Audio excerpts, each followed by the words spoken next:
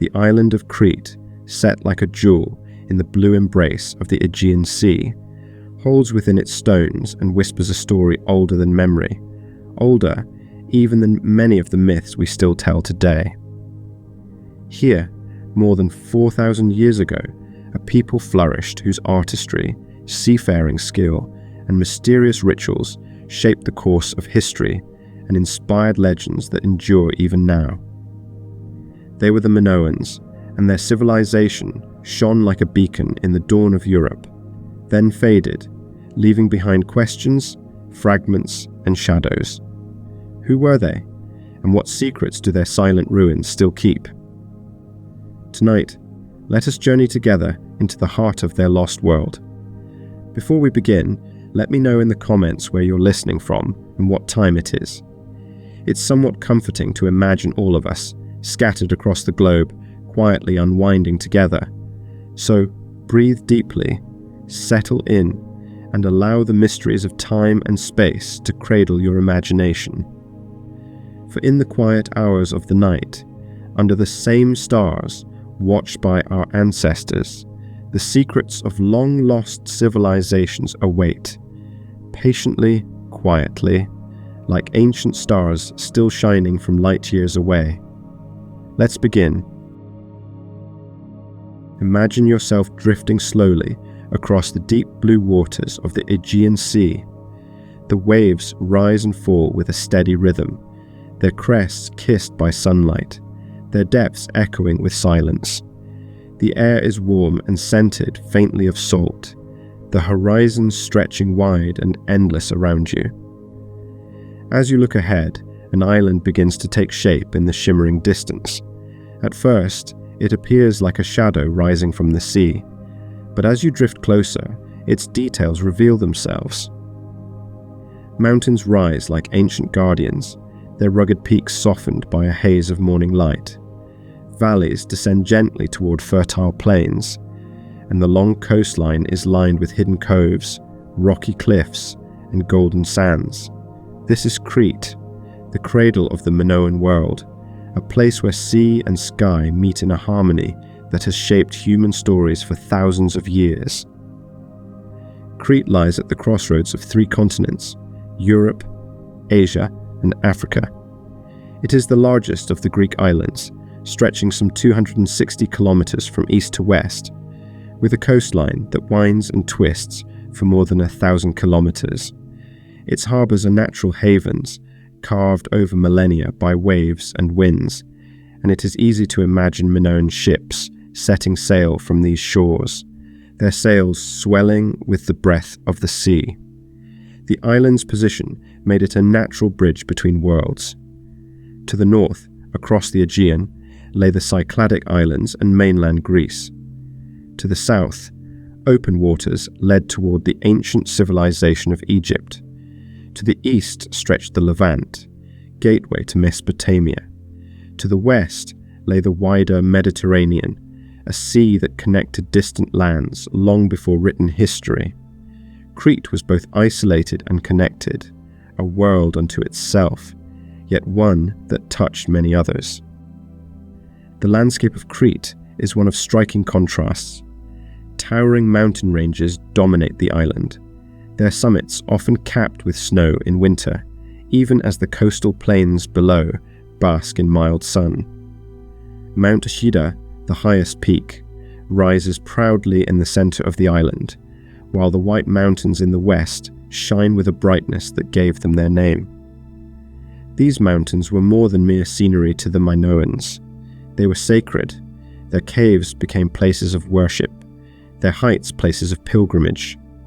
Generations of Cretans would climb their slopes, carrying offerings, seeking favor from the gods they believed dwelt within the stones and shadows.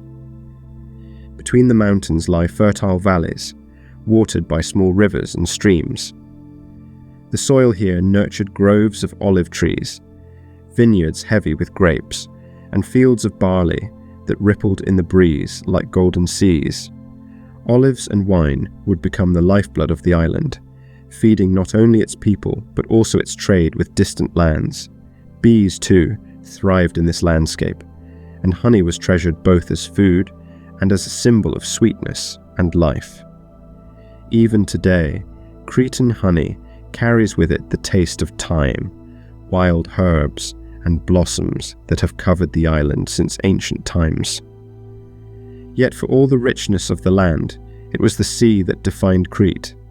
The Minoans became masters of the waters that surrounded them. The sea was their road, their defense, their wealth, and their mystery. It gave them fish and shellfish to eat, but more importantly, it gave them access to other cultures. Egyptian scarabs, Mesopotamian seals, and Anatolian designs have all been found in Minoan contexts, evidence that from their earliest days, the people of Crete were looking outward, eager to connect, trade, and learn. In return, they shared their own artistry, their own goods, their own vision of the world. Archaeologists believe that humans settled Crete as early as the 7th millennium BC, during the Neolithic era.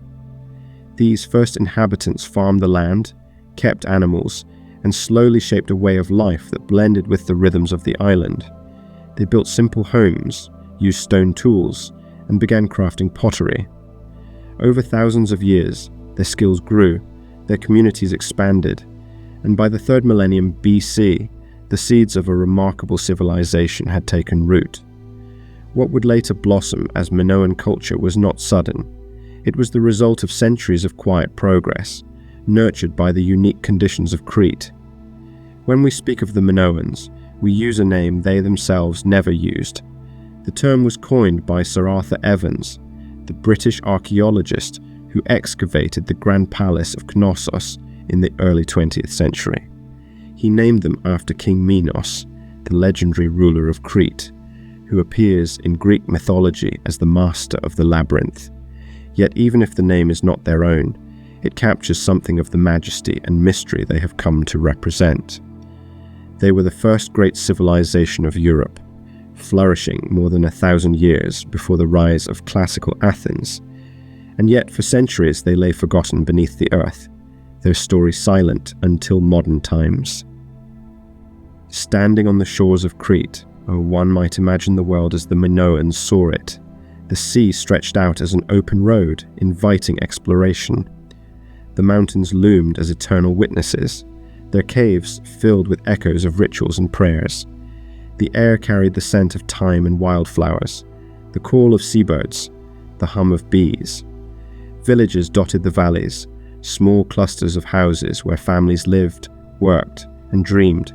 Somewhere, craftsmen were beginning to shape clay into vessels, to carve stone into tools, to build the first communal centers that would one day grow into palaces.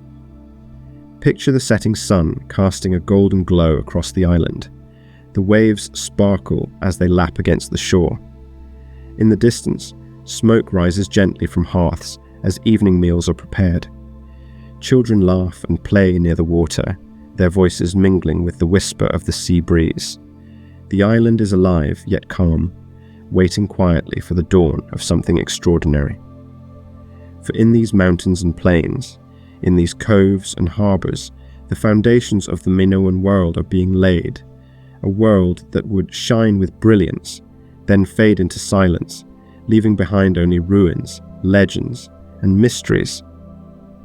And so we step onto the shores of Crete, our feet touching the same earth that bore the first stirrings of this remarkable people.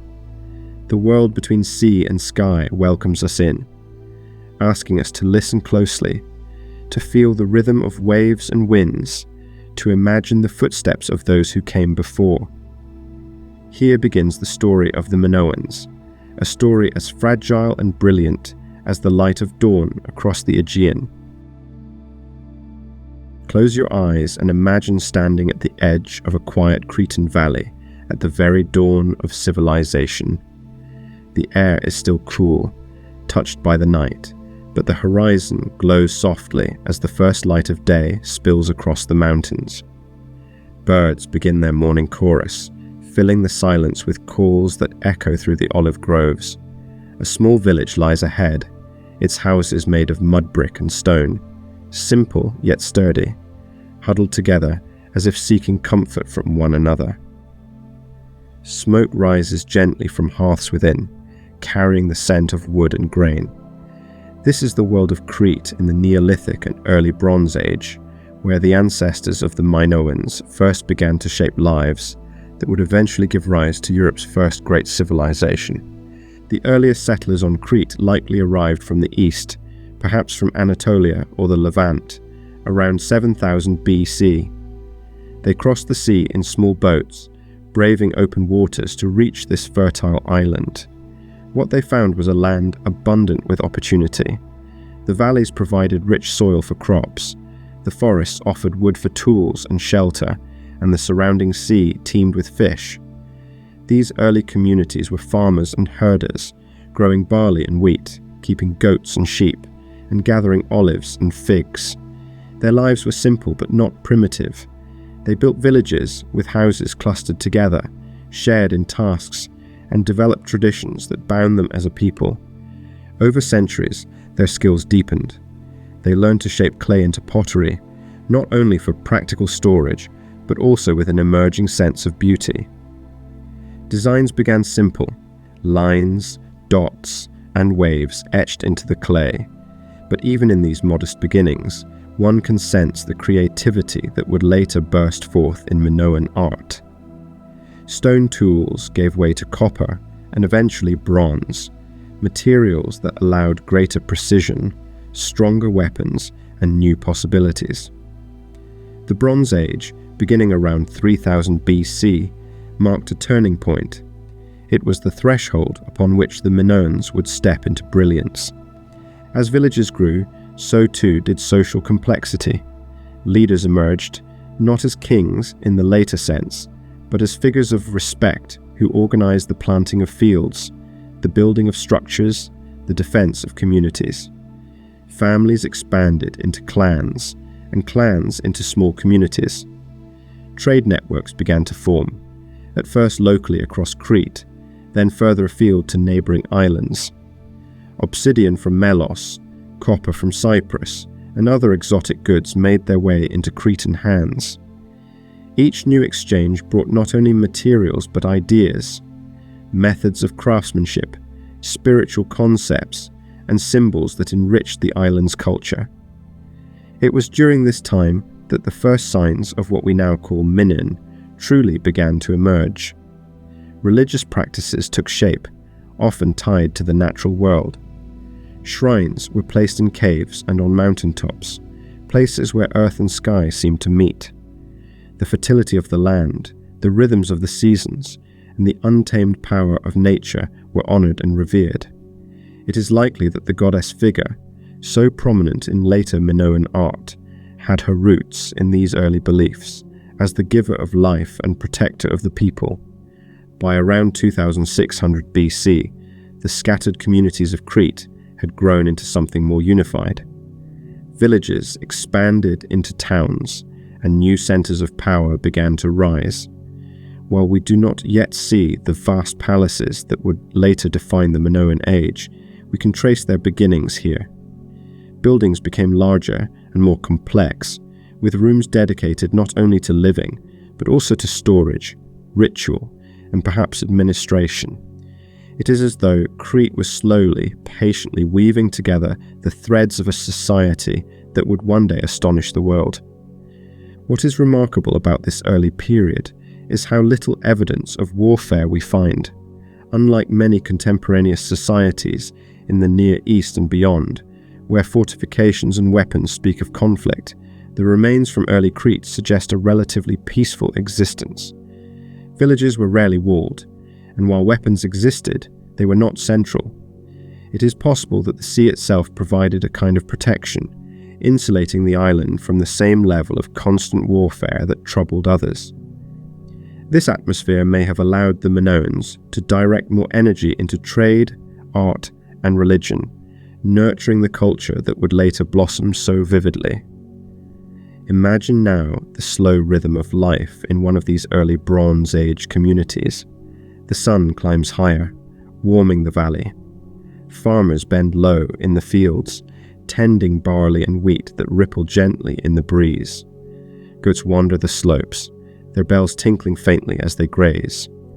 Children play near the edge of the village, chasing one another in the dust, while potters shape clay on low wheels, smoothing vessels that will hold oil, wine, and grain. The scent of herbs drifts on the air, thyme, sage, and oregano, all growing wild across the hills.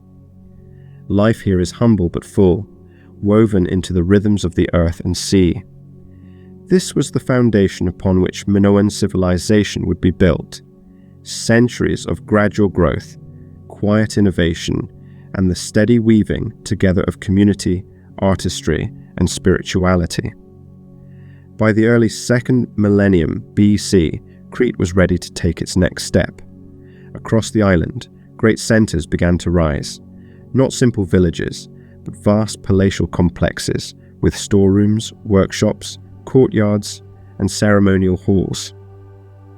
The age of the Minoan palaces had begun, and with it, the flowering of a culture whose echoes still reach us today. As evening falls across our imagined valley, the villagers gather around small fires. The day's work is done, and stories pass from one generation to the next. Tales of ancestors, of gods, of the mysteries of the earth and sky. Sparks rise into the twilight, drifting upward toward the stars. The land sleeps, the sea whispers against the shore, and the slow pulse of a civilization continues to grow. The dawn of the Minoans has arrived, quiet yet full of promise, a beginning that will one day give rise to legends. The sun rises over the island of Crete, spilling golden light across its mountains and valleys. As the day begins, the landscape glows with warmth. Olive groves shimmer silver green in the breeze, vineyards stretch across the hills, and the blue of the sea glimmers in the distance. Yet above this natural beauty rises something new, something that speaks not only of survival, but of vision, creativity, and ambition. Towers of stone, walls painted in vivid colour, courtyards bustling with life. These are the palaces of the Minoans, the heart of their world, places where art, politics, religion, and daily life converged in dazzling harmony. The most famous of these is Knossos, a vast and intricate complex near modern Heraklion.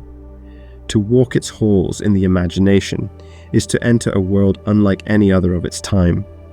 Imagine wide, sunlit courtyards, paved with smooth stone, where people gather in ceremony and celebration. Picture stairways rising gracefully from one level to another, their steps worn by countless feet.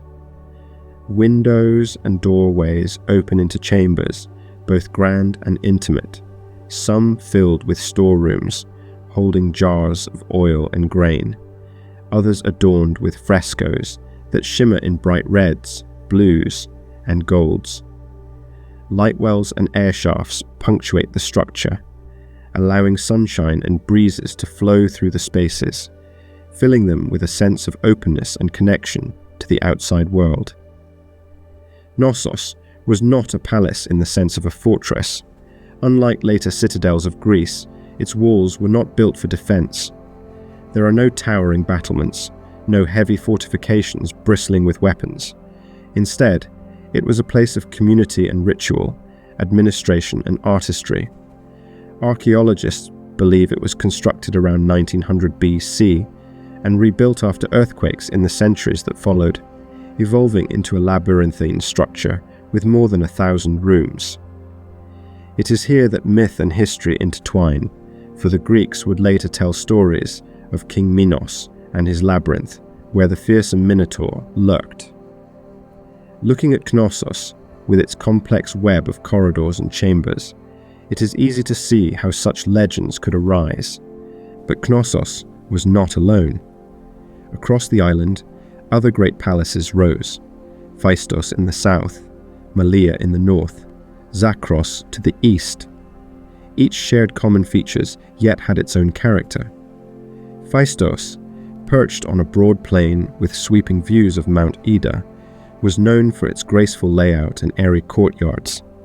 Zakros, close to the sea, became a hub of trade, its palace filled with imported goods from the Levant and Egypt.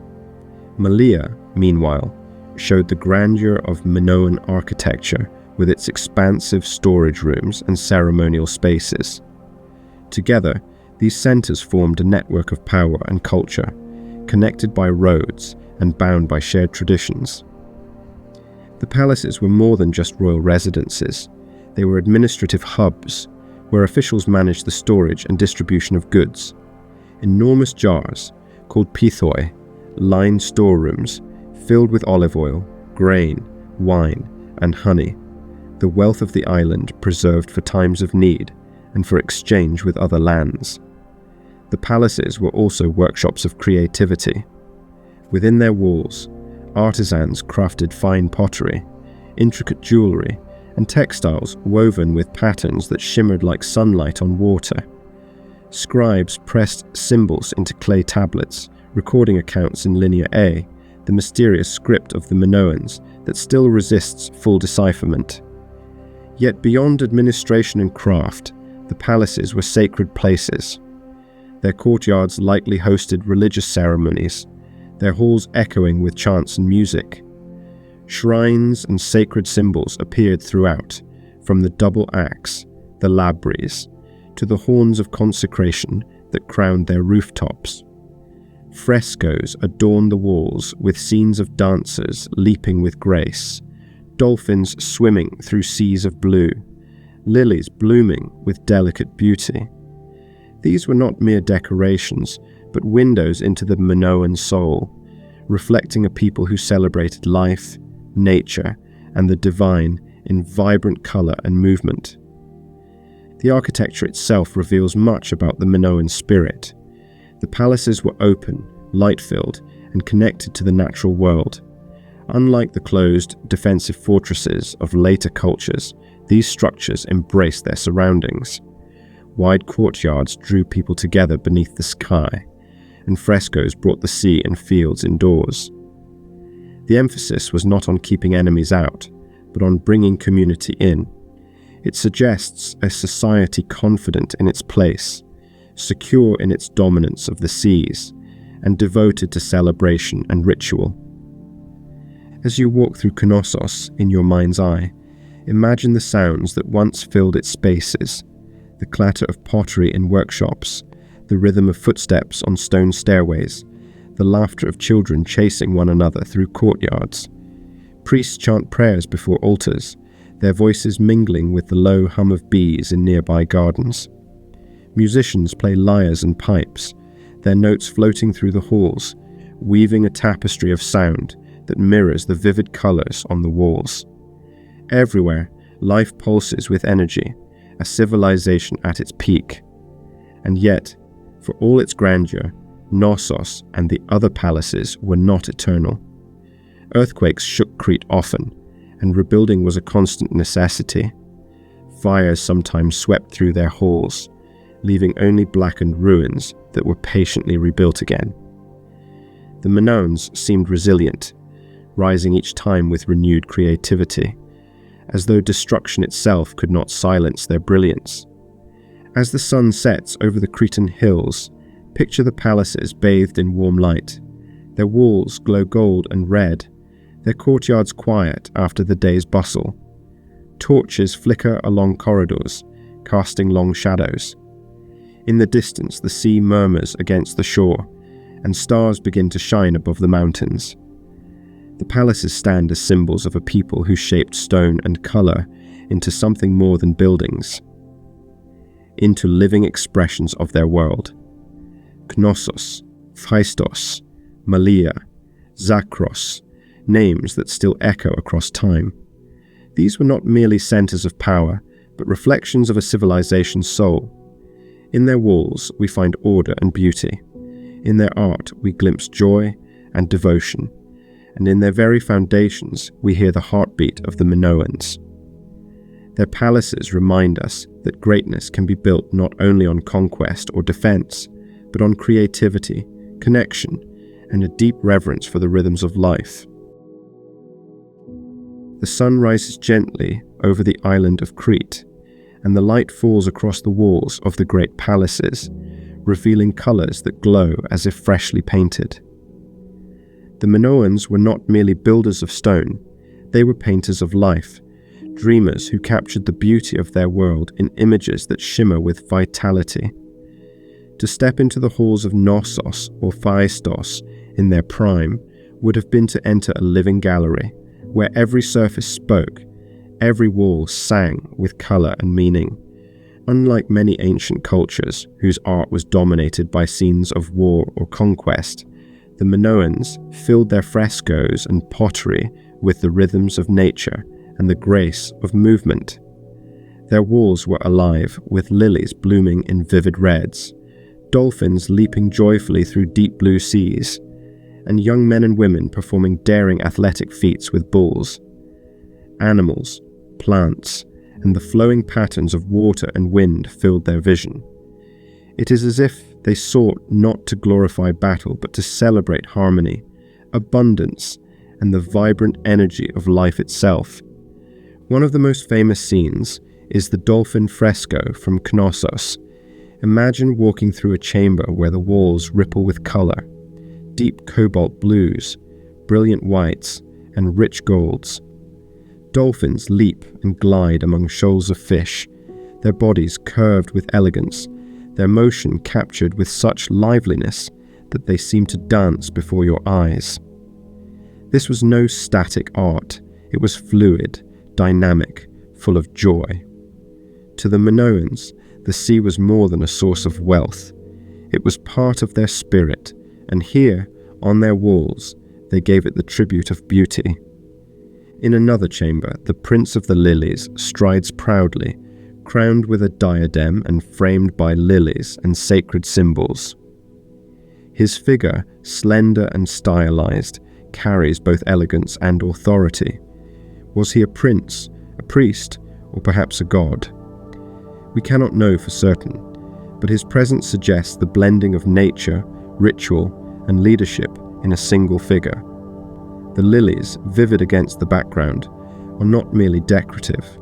They remind us of the Minoan reverence for the cycles of life, the blossoming of spring, and the sacredness of the natural world.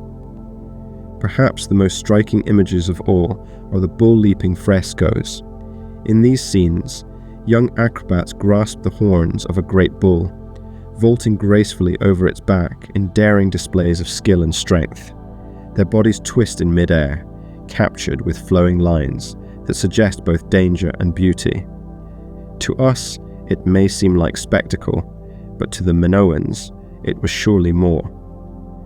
The bull held deep symbolic power across their culture, a creature of fertility, strength, and mystery. To leap over it was not only an athletic feat, but perhaps also a ritual act, a way of connecting with the divine forces embodied by the animal. Minoan pottery, too, carried this same spirit. Their vases and jars were painted with spirals that echoed the motion of waves, with octopuses whose curling arms reached across the surface, with birds, plants, and geometric patterns that seemed to flow endlessly. The marine style, as it is now called, is perhaps the most famous. Vessels adorned with sea creatures so alive that they seem ready to swim free of the clay. These were not just functional containers, they were works of art that carried within them the identity of the Minoan world. Sacred symbols appeared again and again in their art. The double axe, known as the Labyrinth, was one of the most prominent. Its exact meaning remains uncertain, but it seems to have been tied to ritual, perhaps symbolizing the power of life and death, creation and destruction. The horns of consecration, shaped like the horns of a bull, adorned palace rooftops and shrines, linking worship to both animal power and celestial symbolism. Spiral patterns, flowing lines, and recurring natural motifs spoke of cycles, birth, growth, decay, and renewal. In these designs, one senses a worldview deeply attuned to nature, to repetition, and to the mysteries that lie beneath visible life. What makes Minoan art so remarkable is its humanity. Faces are rendered with warmth, bodies in motion with grace. Women are depicted as central figures, elaborately dressed, their hair styled with care, their presence strong and commanding. Scenes of gatherings, rituals, and dances suggest a society where joy, celebration, and reverence were intertwined. Unlike the solemn rigidity of Egyptian art or the stern power of Mesopotamian reliefs, the Minoans chose fluidity, color, and vitality. Their art feels alive, even after thousands of years, and it whispers not of dominance but of delight. Imagine yourself standing in a Minoan hall as the sun streams through a high window. The light falls across painted walls, illuminating dolphins, lilies, and dancers. The colors glow in the warmth, shadows playing gently across the curves of figures. You hear the faint echo of music, the soft hum of voices, the rustle of fabrics. For the Minoans, art was not confined to galleries or sacred spaces. It was woven into daily life, surrounding them, reminding them of their place in the grand tapestry of nature and the divine. And as evening descends, the frescoes still glow in torchlight, their colors flickering as flames move. The images seem alive, shifting with the light, as though the dolphins swim again. The lilies sway in the breeze, and the acrobats leap through the air. The walls breathe with memory, holding the essence of a civilization that celebrated beauty, vitality, and the sacred rhythms of the world. In the tapestry of Minoan life, art was not a luxury. It was a language, a way of speaking to one another, to the gods, and to the future. And through these images, the Minoans still speak to us, their voices carried not in words, but in color, motion, and timeless grace. Chapter 5. The Sea People, Trade, Ships, and a Maritime Empire. Picture the island of Crete from above, its mountains rising like a spine across the sea, its valleys opening onto sheltered bays, its coastlines dotted with natural harbours. From every edge of the island, the sea stretches outward, vast and inviting, calling the Minoans beyond their shores. It is here, in these waters, that the Minoans carved out their greatness. They were not a people of walled citadels or endless armies. Instead, they were masters of the sea, sailors and traders who built a maritime world that linked distant cultures and carried the essence of their civilization across the Mediterranean. Imagine walking along a Minoan harbour in its prime. The air is filled with the scent of salt and tar, the sound of gulls circling overhead, the lapping of waves against wooden hulls. Sleek ships rest in the water, their prows rising gracefully, their sides painted in bright colours. Sailors move across the decks, tightening ropes, adjusting sails, loading amphorae filled with oil, wine, and honey. On the shore, merchants oversee the goods, pottery stacked high, bronze tools gleaming, textiles folded neatly, ready to be carried across the sea. The harbour is alive with movement, a place where Crete touches the wider world. The Minoans built ships that were as elegant as they were practical. Long, narrow hulls cut smoothly through the water, while large square sails caught the wind and carried them swiftly across the waves. Oars lined the sides, ready to give power when the winds were still or when manoeuvring into harbour. Some ships bore painted eyes upon their prows, watching over the voyage, warding off danger. These vessels were not built for war, but for speed and cargo, reflecting a people whose strength lay in commerce, not conquest. Through these ships, the Minoans became the first great sea traders of Europe. They carried goods across the Aegean to the Cyclades, to mainland Greece, to Anatolia. They sailed south to Egypt, exchanging their pottery and crafts for gold, ivory, and papyrus. They reached the Levant, where timber, metals, and exotic goods awaited. From as far away as Cyprus came copper, essential for the bronze that fueled their tools and weapons. Each voyage wove another thread into the tapestry of Minoan life, enriching their economy, their art, and their culture. What is striking is how far their influence spread. Minoan pottery has been found in the tombs of Egypt, in the palaces of the Near East, and scattered across the islands of the Aegean. Frescoes on distant shores bear the touch of Minoan style, as if their vision of life, fluid, vibrant, joyous, travelled with them wherever they went. Some scholars believe the Minoans created not merely trade routes, but something close to a maritime empire, their ships patrolling the seas, their harbours acting as centres of exchange and power. Whether empire or network, their presence was felt across the Mediterranean. For the Minoans, trade was not only about wealth, it was about connection. Each voyage brought stories, new ideas, foreign influences that mingled with their own.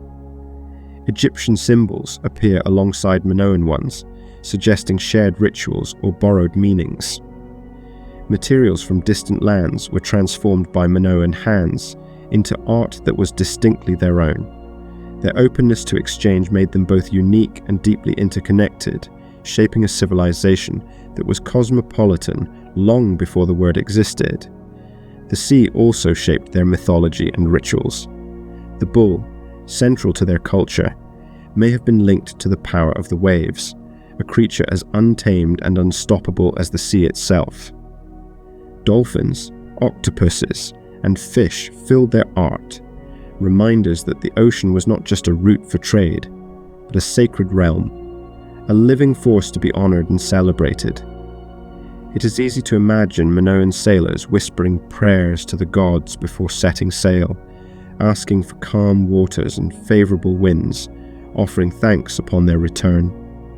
Yet the sea, for all its gifts, carried danger as well. Storms could rise suddenly, smashing ships against rocky shores. Pirates lurked in hidden coves, eager to prey upon traders. And beyond the horizon, unknown waters waited, filled with both promise and peril. To sail the seas in the Bronze Age was an act of courage, one that required not only skill, but also trust in the unseen forces of nature. The Minoans embraced this life with confidence, their very identity bound to the waters that surrounded them. Picture a Minoan fleet setting out at dawn. The sky glows pink and gold, the sea calm beneath the rising sun. Sails catch the morning breeze, and the ships glide forward, their oars dipping rhythmically into the waves. On board, amphorae clink softly as the vessels carry the wealth of Crete toward distant ports. The sailors sing to keep time, their voices mingling with the whisper of wind in the rigging. Ahead lies Egypt or Cyprus, or perhaps a small island where friendly hands wait to trade. Behind them, Crete recedes into the horizon, its mountains still visible, watching over their journey. And when night falls, the ships drift beneath the stars. The sailors look upward, reading constellations that guide their course, the same stars their ancestors watched from the mountains of Crete. The sea glows faintly with moonlight, the waves endless and serene. In those moments, far from shore, they are alone with the vastness of the world, yet they are also connected to the island behind them, to the lands ahead, to the great web of humanity that the sea has always woven together. The Minoans were, above all, a people of the sea. Their palaces rose from the land, their frescoes adorned their walls, but their power and influence flowed outward across the waves. The sea was their road, their protection, their lifeblood, and their inspiration. In its depths and horizons, they found both wealth and wonder, and through its embrace, they became one of the most remarkable civilizations of the ancient world. As the day ends, imagine standing once more on a Minoan shore. The last light of the sun glitters on the water, and the ships return slowly, their sails lowering as they glide into harbour. Families gather on the beach to greet them, children running ahead, eager to see what treasures the sailors have brought back. The sea whispers against the shore, eternal and patient, carrying within its rhythm the story of a people who trusted it, loved it, and built their lives upon it. The island of Crete is a place where the natural world feels alive with spirit. Imagine walking through its mountains at dawn, the peaks veiled in mist, caves hidden like secret chambers within the rock. The air is cool, filled with the fragrance of wild herbs, while the distant sound of waves drifts up from the sea. To the Minoans, this was not simply landscape, it was sacred ground.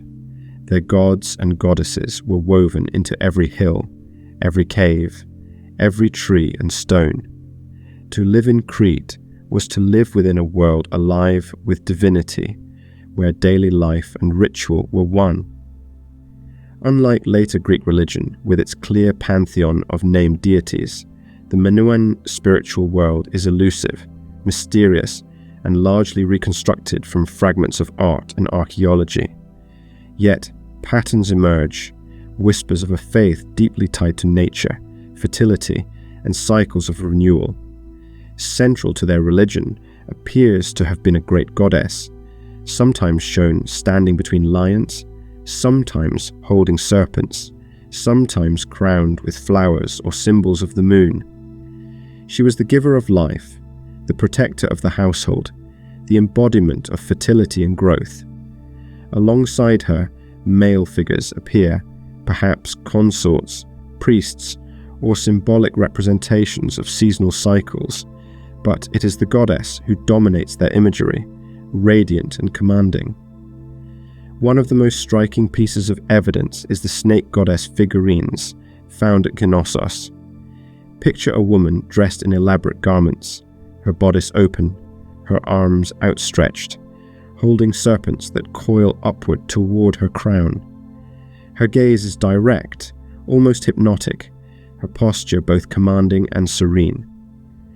The snakes, often symbols of renewal and the underworld, suggest a connection with the cycles of death and rebirth. Was she a goddess, a priestess, or a symbol of divine power? We may never know for certain, but the image lingers, powerful, mysterious, eternal. Rituals unfolded not in vast stone temples, but in intimate sacred spaces.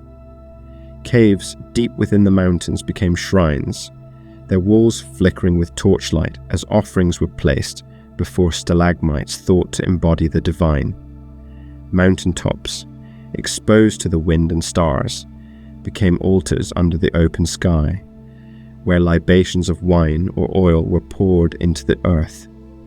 Within the palaces, small shrines and lustral basins suggest that rituals also took place in the very heart of Minoan society. Religion was not distant, but present, woven into daily life, present in homes, workshops, and public spaces alike. The bull, so prominent in their art, also carried sacred significance. It was an animal of strength and vitality, associated with fertility and possibly linked to the male counterpart of the goddess. Bull leaping, whether sport, ritual, or both, may have symbolized the overcoming of chaos, the dance of life and death, the harnessing of power through grace. The horns of consecration, stylized bull horns carved in stone, crowned many buildings and sacred sites, standing as enduring symbols of devotion. Another recurring motif is the labris, the double axe. Found in shrines, carved into walls, and even cast in gold, it appears to have been more than a tool or weapon. It may have symbolized the dual forces of creation and destruction, of male and female, of earth and sky. In ritual, it may have been used in sacrifices, though whether of animals alone or also of humans is still debated. Some accounts from later Greek writers hint at dark practices, but the archaeological record remains ambiguous. What is clear is that the labris carried profound symbolic weight, a mark of sacred power and authority. Festivals likely played a central role in Minoan life, binding community through shared ritual. Imagine a spring celebration in the courtyard of Knossos, The air is filled with music, flutes, lyres, and drums beating in rhythm. Dancers, clad in flowing garments, move with grace, their steps echoing the cycles of nature. Priests and priestesses pour libations onto the earth, offering thanks for fertility and abundance. Bulls are led into the square, their presence both majestic and dangerous, as acrobats prepare for the leap that will test their courage and skill. The crowd gathers, children on shoulders, voices hushed with awe. When the leap is made, the tension breaks into applause and song, the moment charged with sacred energy. For the Minoans, ritual was not separate from life. It was life itself, a celebration of their place within the cosmic order. Even in death, the Minoans carried their spirituality. Tombs and tholos graves, circular in form, suggest beliefs in continuity and the cycle of existence. Offerings of pottery, tools, and ornaments accompanied the dead, as though preparing them for another journey. The imagery of renewal, snakes, spirals, flowing patterns, suggest that death was seen not as an end, but as transformation, a step in the eternal dance of nature and spirit. What is perhaps most beautiful about Minoan religion is its intimacy with the world around them. They did not build towering pyramids or colossal statues to dominate the landscape. Instead, they turned to caves, groves, and mountaintops, seeing the divine in what was already present. Their frescoes and figurines reflect joy, vitality, and reverence rather than fear. It was a faith rooted in beauty, in cycles of growth, in the mysteries of earth and sea. Imagine now standing at dusk on a Cretan peak where a shrine once stood. The air cools as the sun sinks, painting the sky in hues of rose and violet. The sea stretches endlessly below, glowing faintly in the twilight. A small altar of stone stands before you, simple yet sacred, marked with horns of consecration. A priestess steps forward, her garments fluttering in the breeze, and pours wine onto the ground. The liquid seeps into the earth, a gift to the gods, a symbol of gratitude. The crowd hums softly, a chant that rises and falls with the wind, merging with the whispers of the mountains. As darkness settles, torches flicker and stars emerge one by one. The people disperse, returning to their homes, yet the sacredness lingers, woven into the very air. The ritual is complete, but the presence of the divine remains, felt in the stones, the trees, the very rhythm of the island. This was the spiritual world of the Minoans, mysterious, beautiful, and profoundly alive. Night has fallen over the island of Crete. The palaces stand quiet, their walls glowing faintly in the moonlight, their courtyards empty after the day's bustle. But within these silent stones linger whispers, stories that would travel across centuries, reshaped and retold until they became legend.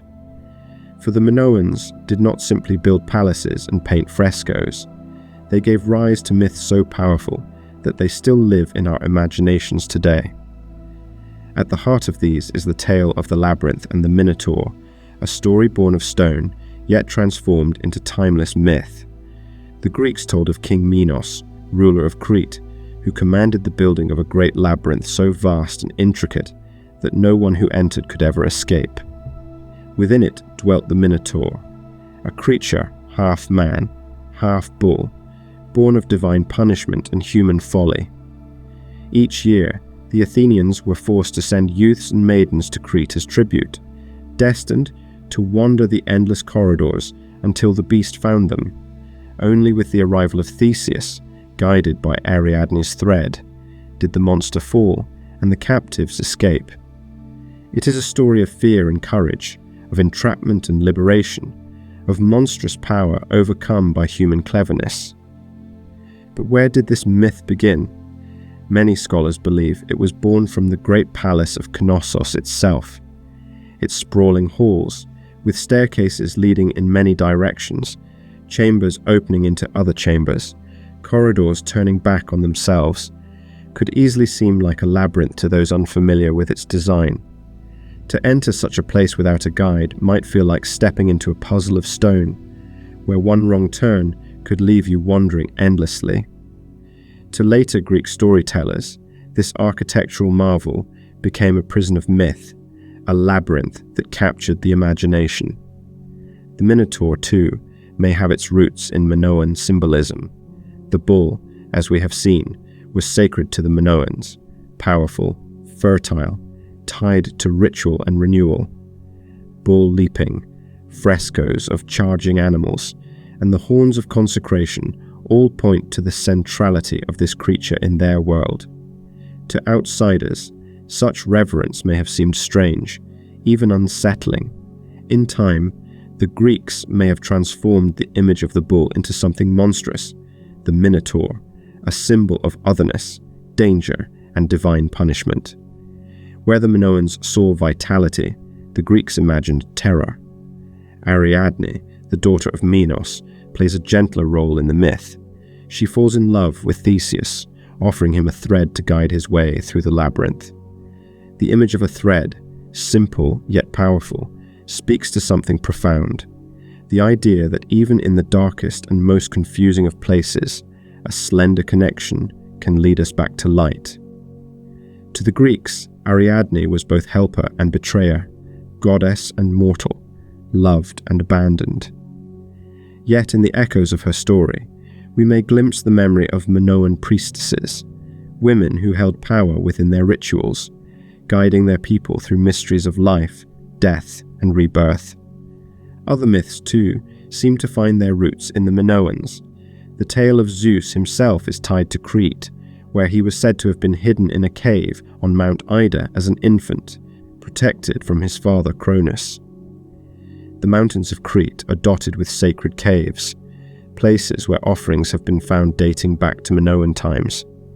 These were shrines long before they became stages for Greek mythology, their sanctity echoing across generations until gods themselves were said to have dwelt there. Daedalus, the legendary craftsman who built the labyrinth, may also reflect the ingenuity of Minoan architecture and technology. The complex plumbing systems, the light wells, the elegant staircases, all could have inspired later Greeks to imagine a master builder whose creations defied comprehension. His flight with Icarus, wings melting beneath the sun, may symbolize both the brilliance and the peril of human ambition, themes as timeless as the stones of Knossos. The beauty of myth is that it weaves truth and imagination into a single cloth. The Minoans themselves left no written stories we can read, for their script, Linear A, remains undeciphered. Their voices come to us instead through architecture, art, and ritual. But the Greeks, centuries later, filled the silence with stories, shaping the ruins they saw into legends that explained what they could not understand. And in doing so, they gave the Minoans a second life, not only as a civilization of the past, but as a realm of eternal myth. Imagine standing within the ruins of Knossos at dusk. The stones are quiet now, the frescoes faded, the corridors open to the sky. Yet if you close your eyes, you can almost hear the echoes of footsteps in twisting halls, the distant bellow of a bull, the soft voice of Ariadne whispering, "Follow the thread." The myths linger here, layered upon the ruins, shadows of stories that still breathe through broken walls. The labyrinth, the Minotaur, Ariadne, Daedalus, these are more than tales. They are memories transmuted into legend, fragments of truth wrapped in the fabric of imagination. And through them, the Minoans live on, not only as a civilization of stone and fresco, but as a dream that shaped the storytelling of the ancient world. As the stars emerge above Crete, picture the people of later generations gathering around fires, telling these stories again and again. Children listen wide-eyed, imagining monsters and heroes, threads and wings, caves and gods. The myths ripple outward, carried across seas and centuries, until even today we recall them. The Minoans may have vanished as a people, but through these stories, born of their stones and symbols, they remain with us, timeless, mysterious, eternal. The island of Crete rests on shifting ground. Beneath its beauty, beneath its mountains and valleys, lie restless forces, the slow but unyielding movements of the earth. To live here was to live with both the blessings and the dangers of nature. The soil was fertile, the sea bountiful, the climate gentle, yet earthquakes shook the land without warning, storms lashed the coasts, and the distant fury of volcanoes could change the course of history. The brilliance of the Minoan world was dazzling, but it was also fragile, vulnerable to powers far greater than any human hand could control. Imagine standing in the courtyard of Knossos on a bright morning. The air is alive with the hum of daily life, merchants shouting, children playing, priests preparing rituals. Suddenly, the ground trembles. At first, it is a shiver beneath the feet, then a violent shaking that throws people to the ground, topples jars, and sends walls cracking. The air fills with dust as stones tumble and frescoes fracture. Fires break out where lamps fall, and cries echo through the corridors. The Minoans knew this terror well. Earthquakes were frequent in the Aegean, reminders that their world rested upon unstable foundations. Time and again, the palaces bore the scars of these quakes. Knossos, Phaistos, Malea, and Zakros were destroyed and rebuilt, their stones relaid with resilience. Each rebuilding added new features, new splendour, as if the Minoans refused to surrender to the earth's violence. They lived in harmony with their land, but also in defiance of its dangers, adapting and enduring with quiet determination. Still, the memory of each tremor must have lingered, a reminder that the ground beneath them was never entirely safe. Yet the most dramatic natural disaster in the Minoan story came not from Crete itself, but from a neighbouring island, Thera, known today as Santorini. Around the middle of the second millennium BC, the volcano at Thera erupted in one of the most powerful explosions in recorded history. Imagine the scene. First, tremors shaking the island, smoke rising in thick plumes, then a deafening roar as the mountain tore itself apart. Fire and ash spewed into the sky, turning day into night. Waves surged outward, colossal tsunamis racing across the Aegean, crashing against distant shores. Ash clouds drifted far, darkening skies over Crete and beyond. The eruption devastated Thera itself, burying its town of Akrotiri beneath layers of ash that preserved its houses, frescoes, and streets, much like Pompeii centuries later. For Crete, the impact was profound, though scholars still debate its exact effects. Some believe tsunamis struck the northern coasts, destroying ports and fleets. Others argue that the fallout of ash poisoned crops, disrupted trade, and weakened the island's prosperity. Whether immediate or gradual, the eruption unsettled the balance of Minoan life, leaving cracks in the foundation of their power. It is tempting to see in this disaster the seed of myths. Some scholars suggest that the story of Atlantis, told later by Plato, may echo memories of the eruption, a wealthy island destroyed in a single day by the sea's fury. Others see in the myth of the Labyrinth and the Minotaur symbolic reflections of catastrophe, the inescapable prison, the monstrous force, the hero's struggle to survive. Whether myth or memory, the eruption left a mark not only on the land, but also on the imagination of generations to come. The Minoans, however, did not vanish immediately in the wake of Thera's eruption. Archaeology shows that their palaces were rebuilt, their trade continued, their art still flourished. They were resilient, adapting to challenges as they had done with earthquakes before. But something had shifted. The brilliance of their civilization seemed more fragile, its splendour shadowed by the memory of disaster. Perhaps resources were strained, perhaps faith shaken, perhaps rivals emboldened. Whatever the cause, the eruption marked a turning point, a reminder that even the most radiant cultures are not immune to the power of nature. Imagine now the skies over Crete darkened with ash, the sea unsettled, its waves restless. Farmers look to their fields and find crops stunted, the soil dusted with grey. Fishermen set out but find harbours damaged, their boats fewer. Traders wait for ships that no longer arrive, or arrive with less cargo than before. Slowly, uncertainty seeps into daily life, a quiet erosion of the confidence that once shone so brightly. The palaces still stand, but the foundations of their strength tremble. And yet, even amid disaster, there is beauty. In Crete, frescoes buried by the eruption have been uncovered, their colours vivid and their scenes alive with joy.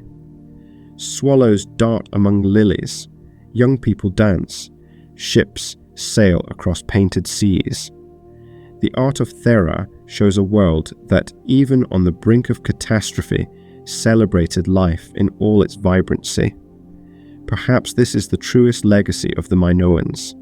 Not only their resilience, but their refusal to let fear define them. They honoured the cycles of nature, its creation and its destruction, and continued to find joy in the spaces between.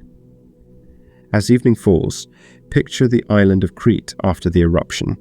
The air is quiet, the sea calm once more, but the memory lingers like a shadow. Families gather in their homes, priests light torches in sacred caves, and ships still sail from harbours, though fewer than before. The stars shine above, steady and eternal, as they always have, even when the earth trembled and the skies darkened. The Minoans carry on, fragile yet brilliant, their story not yet ended, but moving inexorably toward its close.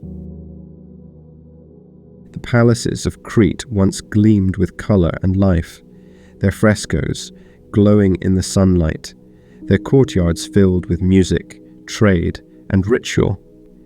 But even the brightest flame flickers, and the Minoan world, so vibrant for centuries, began to fade. The reasons remain clouded in mystery, woven from threads of nature, politics, and human ambition. Yet the decline is clear. A civilization that once dominated the Aegean gradually slipped into shadow, its power broken, its voice silenced. After the eruption of Thera in the mid-2nd millennium BC, Crete remained alive, but weakened. The palaces were rebuilt, but signs of strain appeared. Trade networks faltered, perhaps disrupted by damaged fleets or shifting alliances. Earthquakes continued to batter the island, forcing repeated reconstruction, and as Crete struggled, rivals grew stronger. Across the sea, on mainland Greece, the Mycenaeans, a more warlike people, were rising, their citadels fortified with walls of stone, their warriors armed with bronze and chariots. Where the Minoans embraced openness and light, the Mycenaeans built for power and defense. Inevitably, their paths converged. Archaeological evidence suggests that around 1450 BC, something catastrophic struck the Minoan palaces. Many of them, Phaistos, Malea, Zakros, were destroyed, their halls left in ruins, their frescoes shattered. Some blame earthquakes, others invasion. Yet in the aftermath, one palace remained dominant, Knossos. Intriguingly, signs of Mycenaean presence appear here soon after. Linear B tablets, the script of the Mycenaeans, begin to replace the undeciphered Linear A of the Minoans. Names of Greek gods appear, inscribed in the clay. Administration shifts, language changes, and the character of the palace alters. Knossos still stood, but it no longer belonged entirely to the Minoans. The Mycenaeans had arrived, and with them, the beginning of the end. This transition was not sudden, but gradual. For several generations, Knossos functioned under Mycenaean influence, its bureaucracy running smoothly, its storerooms filled, its artisans still at work.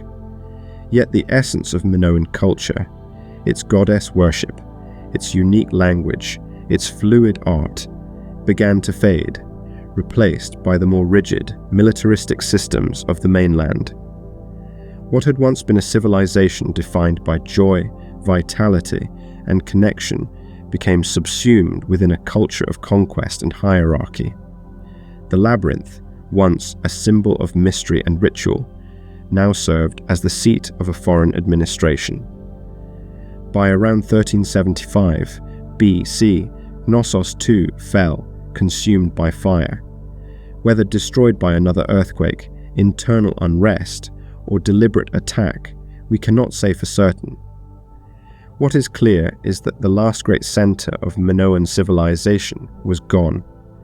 After centuries of brilliance, the palaces lay silent, their frescoes crumbling, their courtyards empty. The Minoans, who had once dominated the seas, faded into memory, their legacy carried forward by those who overtook them. And yet, their influence endured. The Mycenaeans absorbed Minoan elements into their own culture. They adopted aspects of Minoan religion, incorporating goddesses and symbols into their pantheon. They took over trade routes, benefiting from the networks the Minoans had built. Even their art shows traces of Minoan style, as if the vibrancy of Crete could not be entirely extinguished. Through the Mycenaeans, Minoan ideas filtered into the wider Greek world, shaping what would eventually become classical civilization. But for the people who lived through it, the fall must have been a time of grief and uncertainty. Imagine a craftsman in Knossos, once painting dolphins and lilies in brilliant color, now carving more austere Mycenaean designs. Imagine a priestess in a mountain shrine, her rituals altered, her gods overshadowed by new names. Imagine families in ruined towns, rebuilding yet again, but with less hope, less joy, their world transformed by forces beyond their control. The island that had once glowed with vitality now carried the scars of disaster, invasion, and loss. Why did the Minoans fall? Scholars still debate. Was it the eruption of Thera, striking a mortal blow from which they never fully recovered? Was it the relentless earthquakes, wearing down their resilience over centuries? Was it invasion by the Mycenaeans, who saw a weakened Crete as ripe for conquest? Or was it a combination of all these forces, nature, fate, and human ambition, converging in a storm the Minoans could not withstand? Perhaps the answer lies not in one cause, but in the fragile balance of many. Yet even as their civilization collapsed, the Minoans left behind echoes too strong to vanish. Their palaces still stood in ruins, their frescoes fading but visible, their pottery scattered across the Mediterranean. Their myths, transformed by Greek imagination, lived on in stories of Minos, the Labyrinth, Ariadne, and the Minotaur. Their spirit, though obscured, continued to flicker in the culture that succeeded them. They were not wholly lost, but woven into the fabric of history, half remembered, half forgotten, always mysterious. Picture Crete in the years after Knossos fell. The great palaces are dark, their courtyards empty, their storerooms abandoned. Weeds grow between the stones, owls roost in deserted chambers. Farmers still till the soil, fishermen still cast their nets. Life continues, but the grandeur is gone. The golden age has ended, leaving only fragments for future generations to uncover. The sea, once filled with Minoan fleets, is quieter now, its waves lapping gently against shores that remember, but no longer resound with power. As the sun sets over this fading world, there is a melancholy beauty. The colors of the frescoes still glow faintly in the twilight. The mountains still stand, their caves still sacred, their peaks still watching. The people endure though changed, their traditions transformed, their memories reshaped. The Minoans are passing into shadow, but their story is not finished. For centuries later, archaeologists would come, myths would be told, and the echoes of their brilliance would rise again. Centuries passed after the fall of Knossos. The once great palaces lay buried beneath earth and silence, their walls crumbling, their frescoes fading in the dark. Villagers lived among the ruins, unaware of the splendour that had once thrived there. The myths endured, of Minos, of Ariadne, of the Labyrinth, but the civilization itself was forgotten, hidden beneath layers of time. For nearly 3,000 years, the Minoans slept, waiting for curious hands to uncover their story. The rediscovery began in the 19th century, when travellers and scholars noticed curious remains scattered across Crete. Pottery shards, fragments of frescoes, and strange symbols carved into stone hinted at something older than classical Greece. But it was Sir Arthur Evans, a British archaeologist, who brought the Minoans back into the light. In 1900, Evans began excavating at Knossos, and what he uncovered astonished the world. Imagine his team slowly brushing away the soil, revealing staircases that descended into hidden chambers. Storerooms lined with massive jars, walls still faintly painted with dolphins, lilies, and dancers. Day by day, the ruins rose again, their labyrinthine layout emerging from the earth.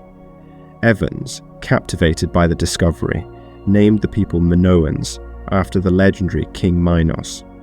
To him, they were the first Europeans, a civilization of beauty, peace, and sophistication.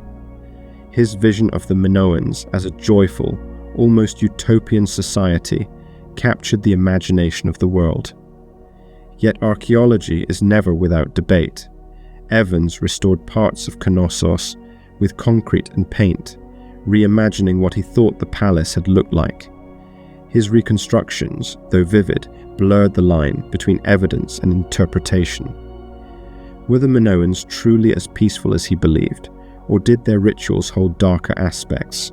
Was their society as harmonious as the art suggests, or was there hidden hierarchy and conflict? The questions remain, their answers elusive, caught between fact and imagination. Linear A, the script of the Minoans, still resists decipherment. Clay tablets covered with its flowing signs have been found in storerooms and archives, silent witnesses to a language we cannot yet hear. Without their words, the Minoans remain partly veiled, their voices unreachable.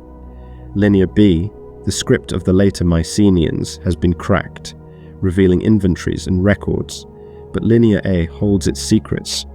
What songs, what prayers, what stories lie hidden in those lines of clay? We may never know, or perhaps one day the key will be found, and the Minoans will speak again. The ruins themselves continue to inspire. At Akrotiri on Thera, frescoes buried by the eruption remain vivid, showing swallows darting among lilies, ships sailing across painted seas, young people gathering in joy.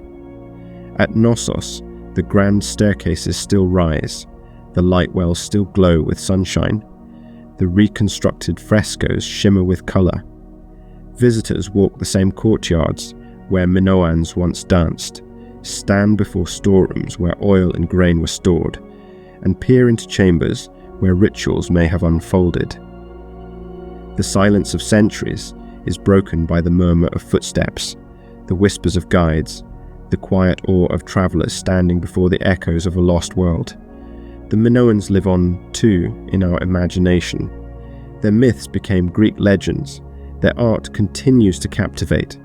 Their story inspires countless books, films, and dreams. They remind us of the fragility of civilization, how brilliance can rise, flourish, and vanish, leaving only traces. Yet they also remind us of resilience, of beauty, of the human impulse to create and to celebrate life, even in the shadow of disaster. Imagine standing once more at Knossos, not in ruin, but in splendour. The frescoes glow in fresh paint. The courtyards bustle with dancers and priests, merchants and sailors. Music drifts through the air, mingling with the hum of bees and the call of gulls. Ships sail from the harbour, their sails catching the wind, their holds filled with goods bound for distant lands. The goddess watches over from her shrine, serpents coiling in her hands, her presence eternal. This vision lingers, even as the ruins crumble, as though time itself cannot fully erase the brilliance of the Minoans. As night falls, the stars shine above Crete, the same stars that watched over the Minoans thousands of years ago. The sea whispers against the shore, timeless and patient, carrying memories across the waves. The palaces lie quiet, but their story lives on, in myths, in ruins, in the imaginations of all who wonder. The Minoans are gone, but not forgotten.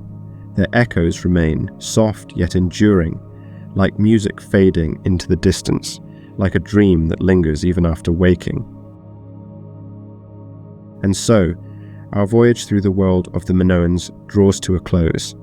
From the shores of Crete to the halls of Knossos, from the mysteries of their goddess to the legends of the Labyrinth, we have wandered together through a civilization both radiant and elusive. Though their voices are silent, their art, their myths, and their ruins still speak, reminding us that beauty, joy, and mystery can endure across the millennia.